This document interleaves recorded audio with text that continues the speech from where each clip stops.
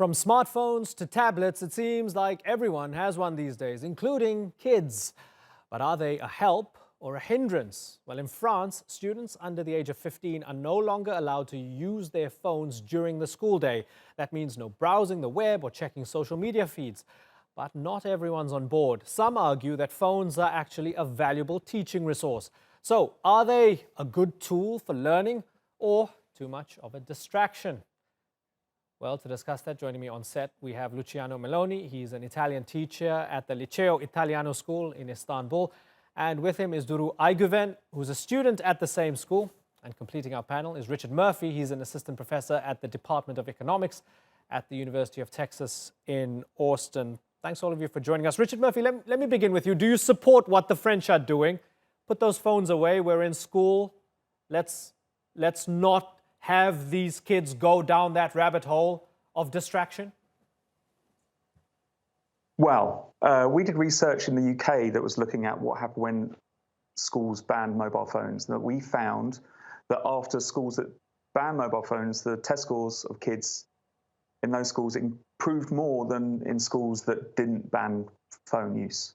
And what's interesting is these gains in test scores, and these test scores were important scores. These were scores that happened at the end of high school, so they're important for where kids go to university.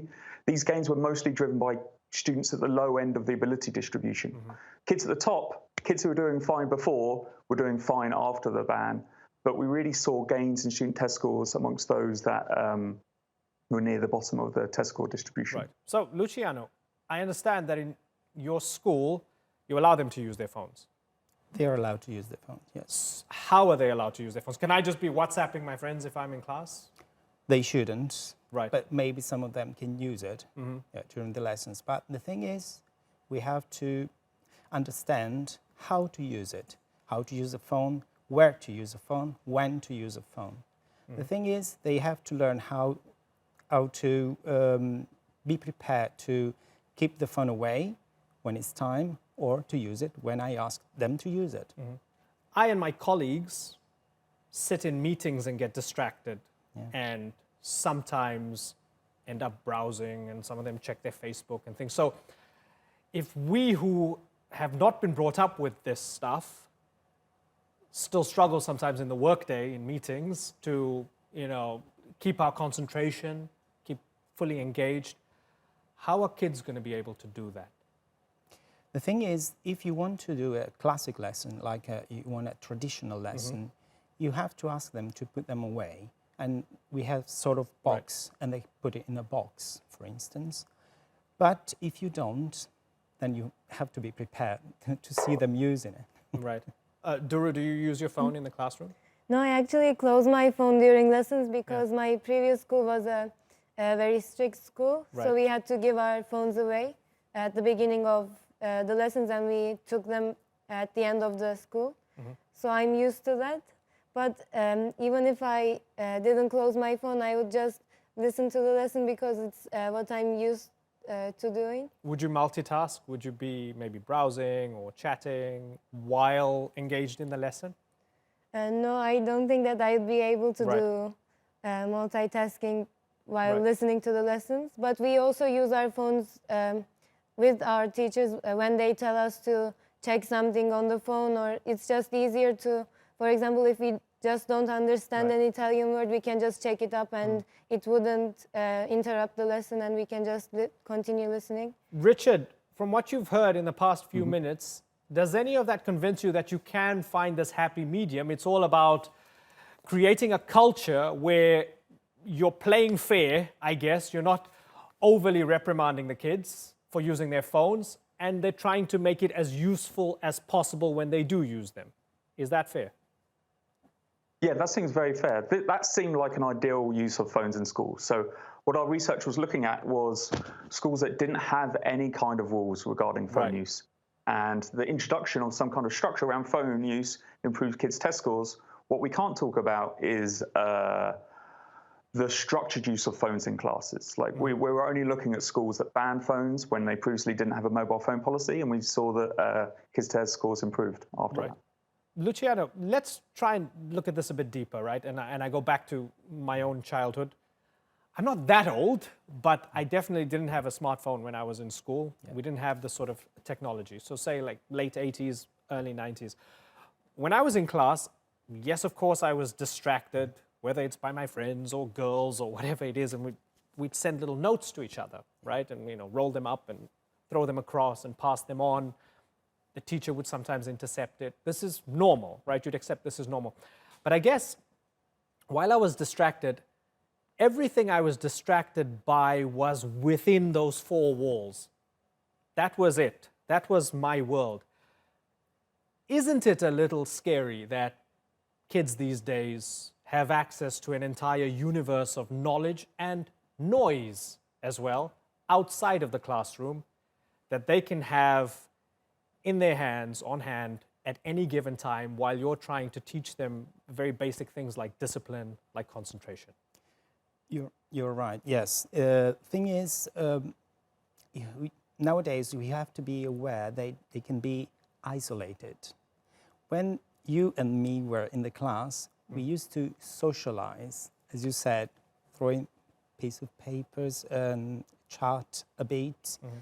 But now there is another problem, that if they use the phone in class, sometimes they use it to be in another part, not with their classmates. And that's a big problem. So they're going into that little world and they're Yes. not interacting with people, Yes. right? So isn't that a good argument to say put away the phone so you can look up and look your Yes. classmates in the eye and Yes, engage talk- with them, yeah, right? Talk to your classmates, talk to your teacher, ask him something. Yeah, just communicate. And they don't. Sometimes they don't. Right. Duru, I'm not going to ask you about whether you do this or not, but in a general sense, are people constantly engaging on social media? Are they constantly liking each other's pictures or commenting or whatever while they are in a classroom setting? Is that happening? Well, it sometimes happens. It depends on the lesson, or it depends on the student. I think it's not always about the restriction or just the teacher telling to put away the phones. It's in my school. It's always up to at some point. It's always up to the student, and the student is the one who decides whether he or she will listen to the lesson.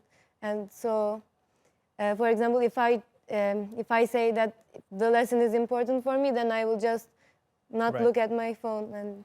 And I don't want to get you in trouble with your friends, but out of your peers, would you say that the majority are disciplined or that the majority are addicted to their phones even in a classroom setting?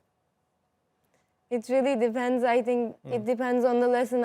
In some lessons, I just don't see anyone using their phones, and in some lessons, I see everyone getting a bit distracted easily. Luciano, is it hard to sort of click them back into gear and bring their attention back when they focus on the phone? It depends on what you are doing in that moment. It depends on the lesson. For instance, I'm an Italian teacher. Yeah. And when I teach Dante, Right. there's no need of discipline or that they just listen to it. And is there a difference between, I guess, the smartphone and maybe the iPad? Do you find that one can be more useful than the other? Well, the iPad is more useful. In our school, when they start school, they have an iPad. Every student has an iPad. And they can use it for books, for instance, or for research, or for something we might use in class. But I think they easily have the access to phones than iPad, because the iPad, I can see the iPad if they're using it, and they are not allowed to use it in that moment. What would Dante have thought of Instagram? Pits of hell, right? Yes. Snapchat, definitely. Richard Murphy, big picture, this discussion that we're having, is this just an example of how we're all trying to figure this out? We're in uncharted territory with the technology. Technology has advanced so rapidly, and we don't quite know what it's doing to us and how it's affecting not only our children, but ourselves personally as adults. And so we're going to see some countries take a more strict approach, some schools, some cities, etc., and others taking a more lax approach. And at some point, we're gonna find some sort of happy medium or figure this out. Yeah, completely.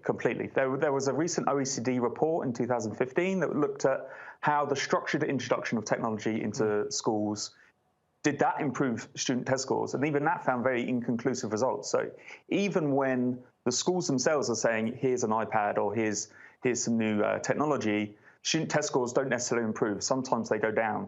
And they found on aggregate, no net benefit of technology in the classroom. And so it could just be because teachers or policy designers don't know how to effectively integrate mobile phones into the classroom environment yet. So I think we're just on the beginning of the road of learning about how to use technology, be it phones or iPads, in the classroom. Well, if you're a student watching this show on YouTube in class, put away your phone and focus on your lesson. But I mean, this is a fascinating discussion. I thank you all. I've got a wrap, unfortunately. Richard Murphy, Duru Ayguven, and Luciano Meloni, thank you very much for joining us on the Newsmaker. Thank you.